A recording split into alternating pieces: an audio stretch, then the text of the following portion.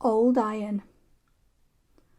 One day, James had to wait at Edward's station till Edward and his train came in.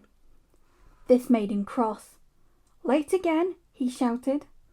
Edward only laughed, and James fumed away.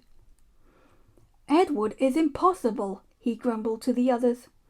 "He clanks about like a lot of old iron, and he is so slow he makes us wait." Thomas and Percy were indignant. "Old iron?" they snorted. "Slow? Why, Edward could beat you in a race any day." "Really?" said James huffily.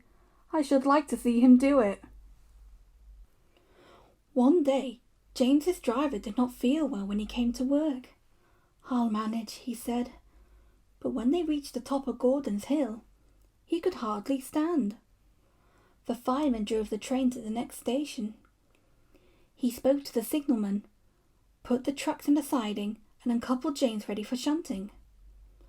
Then he helped the driver over to the station and asked him to look after him and find a relief. Suddenly, the signalman shouted, and the fireman turned around and saw James puffing away. He ran hard, but he couldn't catch James, and soon came back to the signal box. The signalman was busy.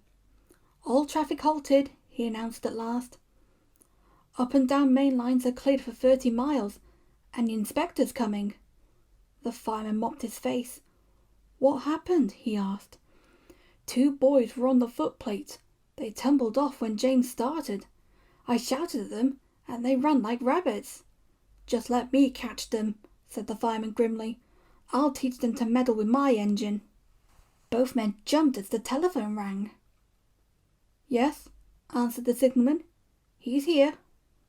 "Right. I'll tell him. The inspector's coming at once in Edward. He wants a shunter's pole and a coil of wire rope." "What for?" wondered the fireman. "Search me, but you better get them quickly." The fireman was ready and waiting when Edward arrived. The inspector saw the pole and rope. "Good man," he said. "Jump in." We'll catch him, puffed Edward, crossing to the upline in pursuit. James was laughing as he left the yard. What a lark, he chuckled to himself. Presently, he missed his driver's hand on the regulator, and then he realised there was no one in his cab. "What shall I do?" he wailed. "I can't stop! Help! Help!" We're coming! Edward was panting up behind with every ounce of steam he had. With a great effort, he caught up and crept alongside, slowly gaining till his smoke box was level with James's buffer beam. "Steady, Edward." The inspector stood on Edward's front, hauling a noose of rope in the crook of the shunter's pole. He was trying to slip it over James's buffer. The engine swayed and lurched. He tried again and again. More than once he nearly fell, but just saved himself. At last! "Got him!" he shouted. He pulled the noose tight and came back to the cab safely. Gently braking, so as not to snap the rope, Edward's driver checked the engine's speed, and James's fireman scrambled across and took control. The engines puffed back side by side. "So the old iron caught you after all," chuckled Edward. "I'm sorry," whispered James. "Thank you for saving me." "That's all right. You were splendid, Edward." The Fat Controller was waiting, and thanking the men warmly. "A fine piece of work," he said. "James, you can rest and then take your train.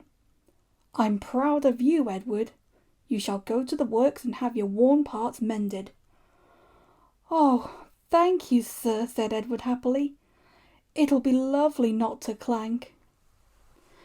The two naughty boys were soon caught by the police, and their fathers walloped them soundly.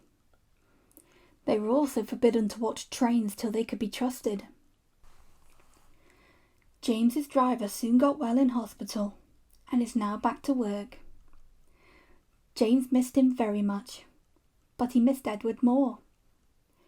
And you will be glad to know that when Edward came home the other day, James and all the other engines gave him a tremendous welcome. The Fat Controller thinks he will be deaf for weeks.